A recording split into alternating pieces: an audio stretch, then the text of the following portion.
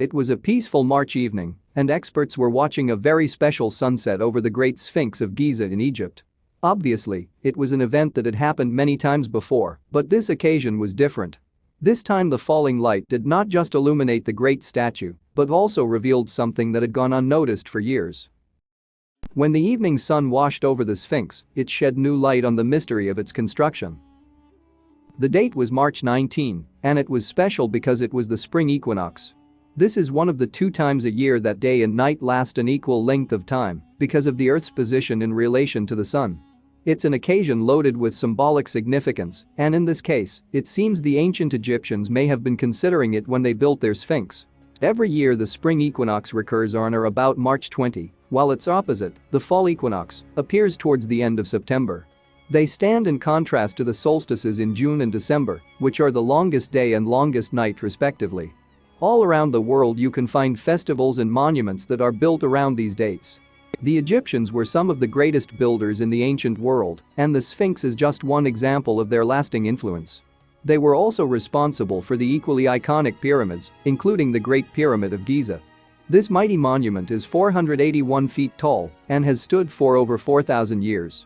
Egyptian society was full of innovations that allowed it to overshadow other societies of the time period and ensure its influence lasted until the present day. Farming and medicine were also areas where Egyptians led the way, but the pyramids and the Sphinx are probably the most recognizable of their impressive feats. It's hard to ignore the scale of Egypt's ancient monuments, especially considering the limited tools available at the time. It was 3,000 years before anything man-made stood higher than the Great Pyramid. There is another part to the monument's enduring appeal, however, and that's the mystery behind them. How were they built?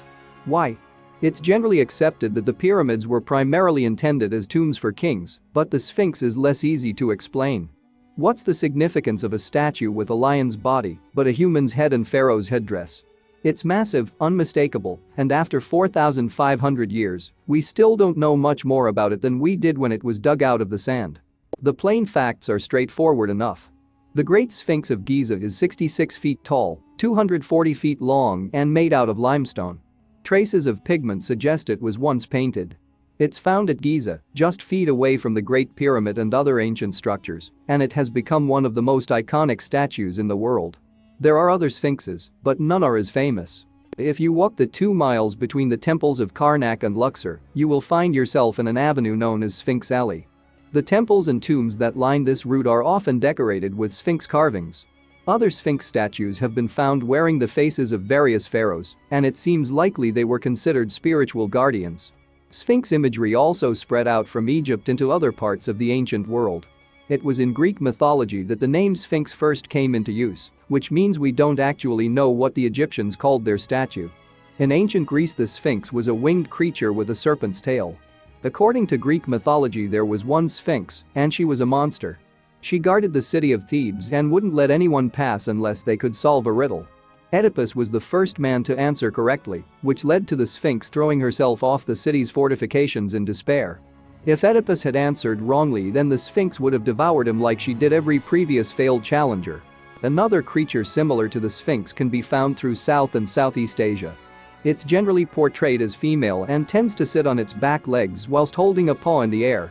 It has wings like the Greek Sphinx, and its role is usually as a protector. This kind of Sphinx still appears in temples and religious ceremonies today. Some smaller Sphinx statues from ancient Egypt have been transported around the world. The Metropolitan Museum of Art has a granite model of Hatshepsut that's of particular interest because it depicts a rare female pharaoh. There's another Sphinx with Hatshepsut's face at a temple in Memphis, Egypt, but it's not as famous as the Great Sphinx. There are a lot of theories about the origins of the Great Sphinx, but one of the most popular is based on the resemblance between the Sphinx's face and a statue of the pharaoh Khafre. This statue was found in the mid-1800s in the Valley Temple, which is next to the Sphinx. Khafre ruled between approximately 2603 and 2578 BC. The Great Pyramid at Giza belonged to Khafre's father, Khufu, but Khafre himself also has a pyramid on the plateau. There is a mortuary next to Khafre's pyramid with a road that connects it to the Valley Temple, and there's another temple of similar design right in front of the Sphinx. It could all be connected to the one pharaoh. Not everyone agrees that the Sphinx's face resembles Khafre's, and that's one of the reasons for debate. Some people think it looks more like Khufu, and some think that Khafar's brother had the statue built in honor of their father. A smaller contingent think it may have been a later pharaoh named Amenemhat II, just because he had a similar stripy headdress. Another theory that has been mostly discredited is that the Sphinx is actually much older than originally thought. This idea is based on the pattern of erosion displayed on the statue's body, but this can easily be explained by the relative softness of limestone. The head is carved in harder rock, which explains its better condition. For many years the head was the only part of the Sphinx visible whilst the rest was buried in sand. It was in the early 1800s that Captain Giovanni Battista Caviglia began excavating the statue, but it wasn't until the 1930s that an archaeologist called Selim Hassan finished the process. That was despite several other partial attempts during the years in between. We know more about the statue than we used to do, even if we're still uncertain about the details. Only one piece of limestone was shaped into the Sphinx, but that stone has different layers. The lower part, up to about 12 feet, is more brittle, whilst the bulk alternates layers of hard and soft rock. The neck is also quite soft before reaching the solid parts of the head. Research suggests that a construction the size of the Sphinx would have taken 3 years to carve even with 100 laborers. They would have used hammers made of stone and copper chisels for their gigantic task. Some of these tools were left behind at the construction site, as were the remains of a worker's lunch, which suggested the project wasn't completely finished. Other evidence that work was still ongoing comes from stone that had only partially been quarried. Some of the rock that fell from the Sphinx whilst it was being carved appears to have been used in the construction of the Sphinx temple, but blocks of limestone have also been found abandoned nearby. It seems that Khafar's great monument was meant to have been even bigger. The importance of the Sphinx has varied through time, with it experiencing periods of neglect and eras of veneration. It spent hundreds of years of its early history being ignored until the future Thutmose IV fell asleep at its feet. Thutmose was still a prince at the time. His father, Amenhotep II, was pharaoh. At this point it was over 1,000 years since the Sphinx had been built. According to legend, Thutmose had a dream in which the Sphinx promised to help him ascend to his father's throne. In return he would have to clear the sand that half-buried the statue and help return it to its former glory. When Thutmose was eventually crowned he kept his promise and encouraged his people to worship the Sphinx. One of the most important deities in ancient Egypt was Ra, god of the sun, and the Sphinx became associated with the sun. Khafar was also particularly devoted to the sky god Horus, which may have led to the Sphinx being known as Harmakhut. This means Horus of the horizon and is also the name used in Thutmose's dream. Thutmose's devotion to the Sphinx is recorded on a piece of pink granite known as the Dream Stele. This can be found in front of the statue and may have helped inspire the Sphinx cult in their worship. Time continued to pass, however, and with the arrival of new religions, the statue lost its holy status. It may even have been damaged because it was seen as a false idol. Erosion over time is one of the greatest threats to the Sphinx, and it doesn't seem to be going away. The ancient Egyptians started trying to repair it thousands of years ago, and experts today are still working hard to preserve it. Wind and weather regularly break off pieces of limestone, with restoration efforts having mixed results. To figure out the full story of the Sphinx, we may also need to consider the pyramids standing close to it. These are the Great Pyramid of Giza and the pyramids of Menkaure and Khafar, all of which are situated on the Giza Plateau near Cairo. It's possible that the massive limestone used to carve the Sphinx was discovered whilst quarrying building materials for one of these pyramids. The monuments of the Giza Plateau were built during the period known as the Fourth Dynasty, which began in 2613 BC and lasted over 100 years. The Great Pyramid was built first and is largest. Its current 451-foot height is actually significantly smaller than the original 481 feet, but theft and vandalism have worn it down. It's still the only one of the 7 wonders of the ancient world that remains standing. Pyramids in ancient Egypt were used as tombs and memorials for pharaohs. There are over 70 in total, and all were built close to the Nile. When Khufu came to power there were already impressive structures at Saqqara and Dahshur. He didn't want his tomb to be overshadowed by these others, so he picked a new site at Giza to construct the greatest monument yet. There are a lot of ideas about how the ancient Egyptians managed to construct such a large structure with the tools and knowledge of the time. Ramps and hydraulics have both been suggested, though there's no conclusive evidence. Some people have even suggested the somewhat outlandish theory that it must have been aliens. It may have taken as long as 20 years to build the Great Pyramid, and we still don't really know how it was achieved. The scale of the construction and skill that would have been required seem almost inconceivable. When Khafre came to the throne, he had his own monument built, and at 471 feet, it's not much smaller than his father's. The other pyramid that needs to be considered in relation to the Sphinx is the Red Pyramid at Dahshur. The Great Pyramid, Khafre's pyramid, and the Red Pyramid share one baffling characteristic. All have the four corners of their base situated just a 15th of a degree off a perfect north-south-east-west alignment. Experts have long been baffled at how the Egyptians managed to be so precise, and it's a question that sits right with all the other unanswered mysteries of the pyramids. It was not until recently that an engineer conducted an experiment to finally reveal one way that the alignment could have been achieved. The engineer's name was Glenn Dash, and he actually conducted his experiment in Connecticut. He used what's sometimes called a gnomon, which is a type of rod, and placed it on a wooden platform. All he had to do was mark the progress of the gnomon's shadow as the day passed by. He found that the straight line of the shadow had a tiny degree of error, just like the one found in the pyramids. Dash's experiment took place on the date of the fall equinox, so it seems that the special alignment of the sun on that day was what allowed his angle to be calculated. The Egyptians may have used a similar technique for the pyramids, but how is that relevant to the Sphinx? When officials from the Egyptian Ministry of Antiquities watched the sunset over the Sphinx on the spring equinox, they saw something that couldn't have happened at any other time of year. The light touched the statue's right shoulder as it slowly descended towards the horizon. It gave the Sphinx a distinctive aura that could only appear when day and night were equal. This suggests that the ancient Egyptians were considering the sun and the equinox when they situated the Sphinx, just like they did when building the pyramids. It's not surprising when you consider how many monuments around the world have been influenced by the equinox or the solstice. Stonehenge in southern England is one famous example. The discovery of the Sphinx's connection to the equinox also shows it aligned with Khafre's pyramid. When the light hit pyramid, statue and temple all together, then the Egyptians may have thought it gave power to the deceased pharaoh. Some have speculated that the alignment could have been a way to help Khafre's soul achieve resurrection.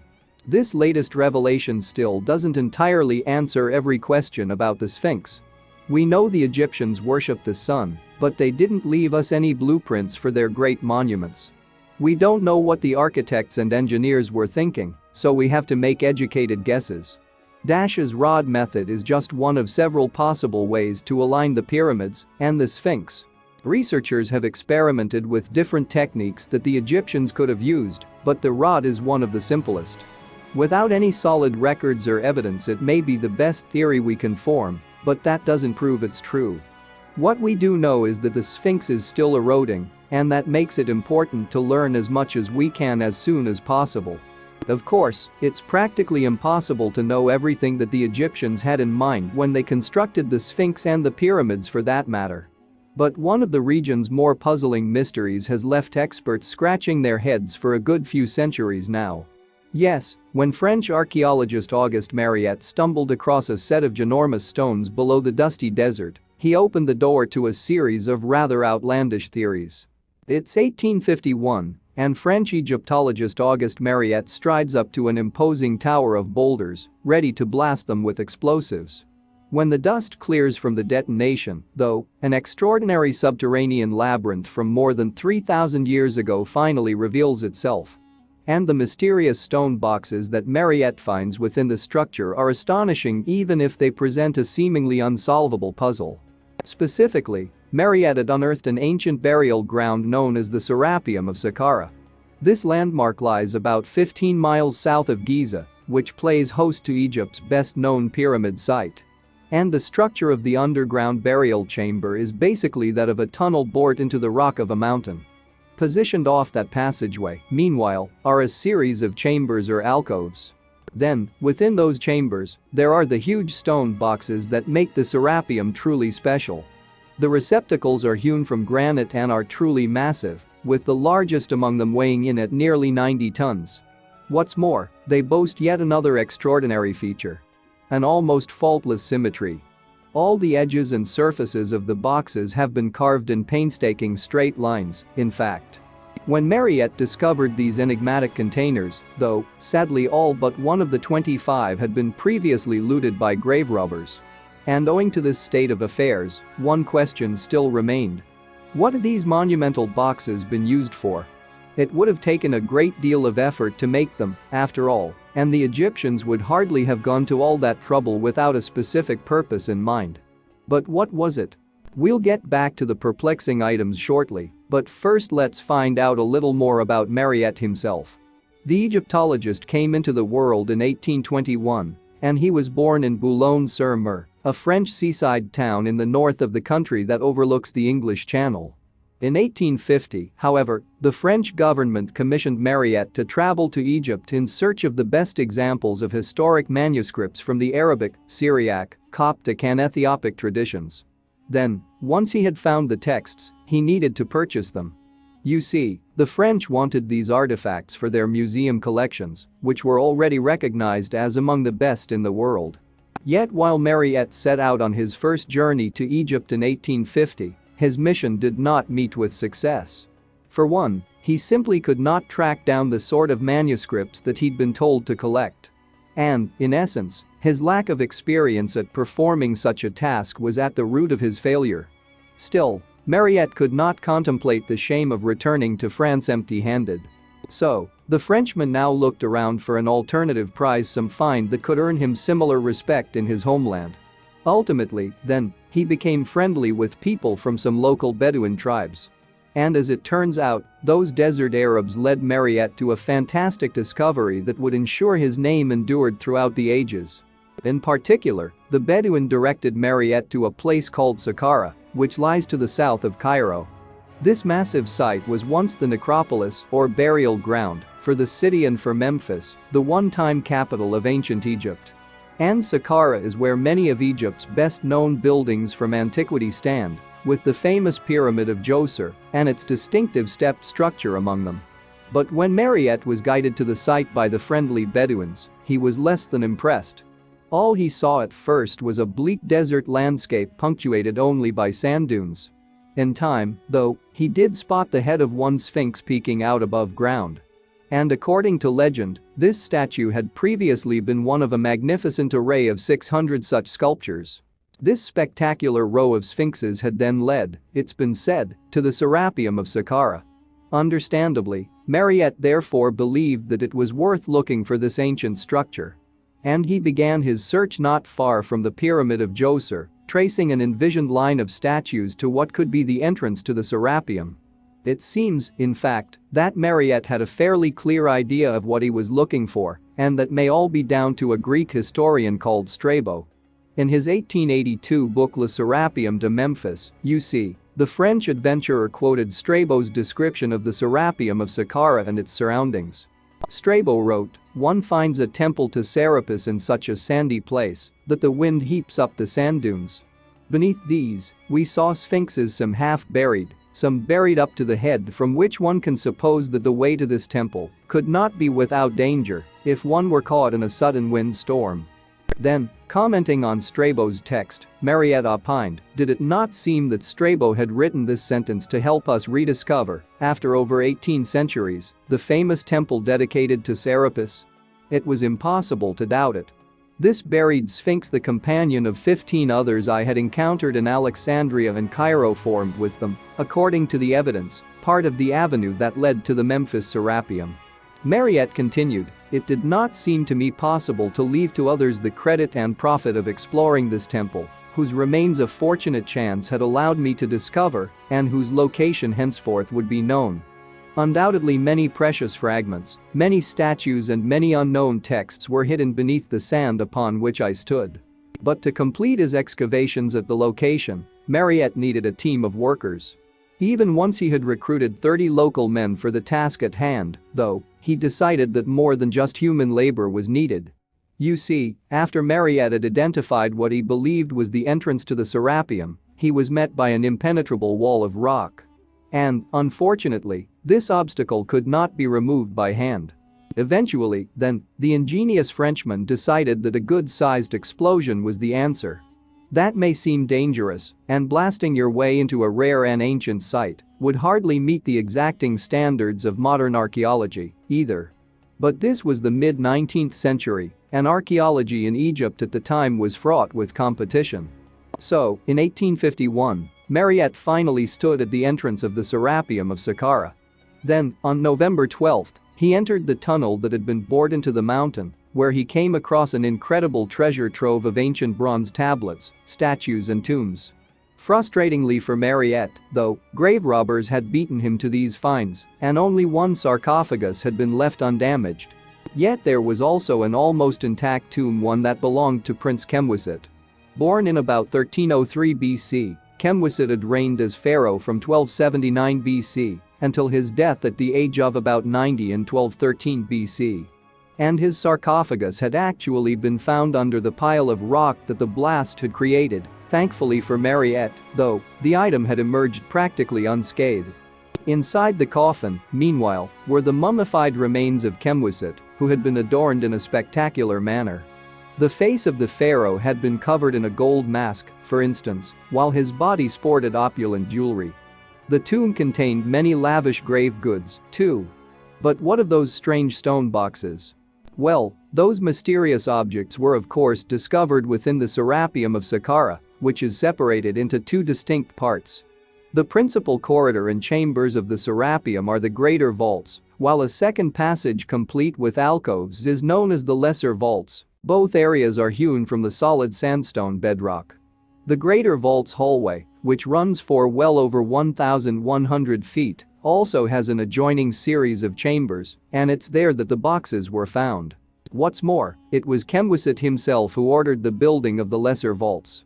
At that time, the pharaoh was just a prince, as his father, Ramesses II, was ruling over ancient Egypt.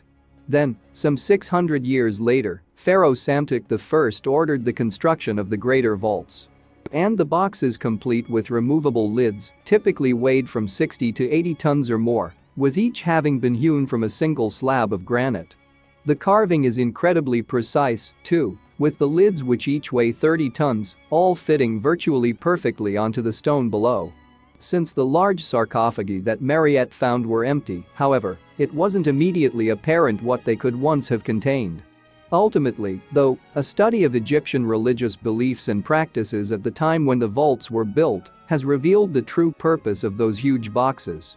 In particular, it seems that they served as coffins for the ritual interment of deceased bulls. These were not just any old cattle, though, they were Apis bulls, making them sacred. You see, people at the time believed that bulls were reincarnations of the god Ptah. In death, then, the animals took on the identity of a synthesis of the gods Osiris and Apis and became immortal. This combination of Osiris and Apis was known as Serapis, from which the word Serapeum is derived. So, the Serapeum at Saqqara could be a place where not only humans, but also animals were buried. And, interestingly, the cult of Serapis was carried over from the ancient Egyptian dynasties into the Hellenic era, when the Greeks took control of Egypt. This period is known as the Ptolemaic Kingdom. Indeed, Pharaoh Ptolemy I Soter ordered that both the Egyptians and their Greek conquerors should worship Serapis.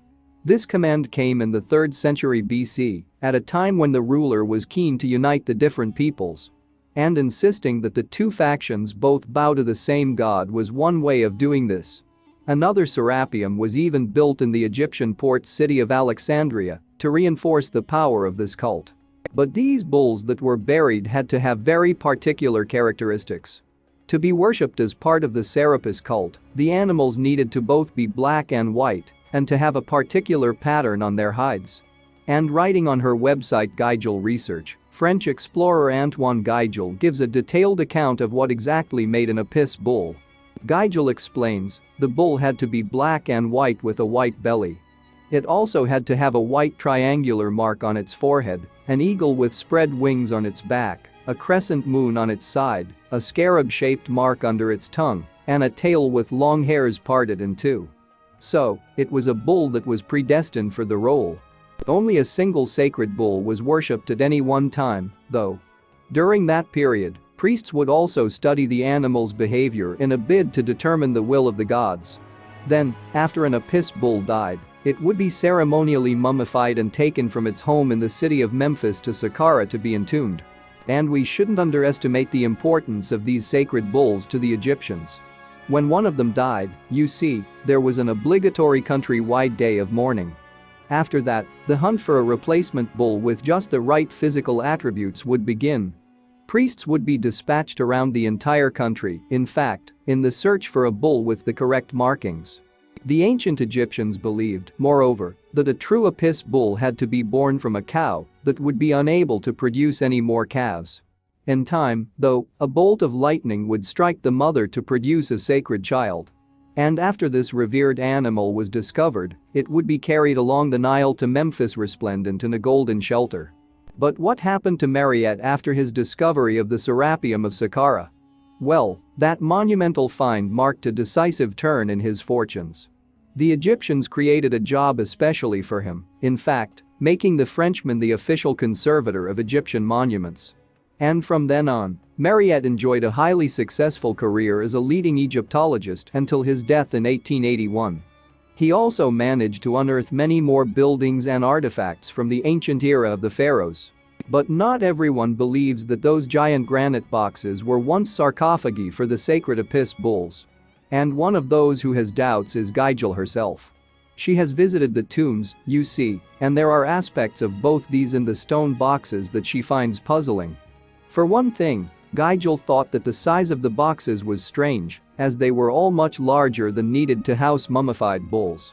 Gigel has also pointed out that Mariette only found empty boxes, and she has verified their lack of contents in person. Ultimately, then, this means that no one has actually seen the mummified remains of a bull inside one of those supposed sarcophagi. Gigel therefore contends that there is no conclusive evidence the boxes ever contained any sacred animals. And while Mariette did actually discover mummified bulls at the Saqqara site, they were not in those stone containers. Instead, the 28 cattle that he found were contained in much smaller wooden coffins. It's interesting to note, too, that as of yet, no written Egyptian records about the boxes have been discovered. Gigel has also pondered how the massive granite receptacles even made it into the Serapeum of Saqqara. She points out on her website, "We know also that these sarcophagi are proof of an incredible technology, and one wonders how they could have been brought here in these narrow underground passageways where cranes cannot go." But while Gigel doesn't venture to offer an opinion about an alternative purpose for the granite boxes, others have been happy to do just that.